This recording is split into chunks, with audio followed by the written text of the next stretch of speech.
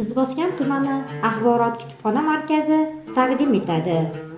Mahmudxo'ja Behbudiy 20-asr boshlarida Turkistonda vujudga kelgan milliy uyg'onish harakatining atoqli rahbarlaridan biri bo'lib, shu davrda o'zbek xalqi ijtimoiy ongining uyg'onishida muhim rol o'ynadi.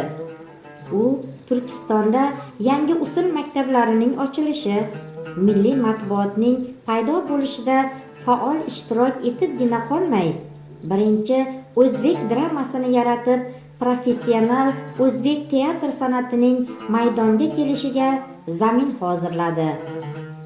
Mahmudxo'ja Behbudiy xalq va jamiyatni ma'rifatli etish orqali mustaqillikka erishish g'oyasini olg'a surgan va shu qutlug' yo'lda halok bo'lgan ulug' ajdodlarimizdandir.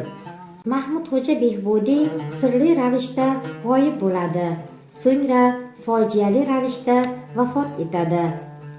Behbudiy shu vaqtga qadar ham muftiy, ham Turkiston jadidlarining otasi sifatida katta e'tibor qozonganligi sababli uning fojiali o'limi Turkistonni tom ma'noda larzaga keltiradi. Aziz kitobxonlar, jadidchilik harakati, ma'rifatparvar bobolarimiz merosini chuqur o'rganishingiz uchun ushbu kitoblarni o'qishga tavsiya etamiz.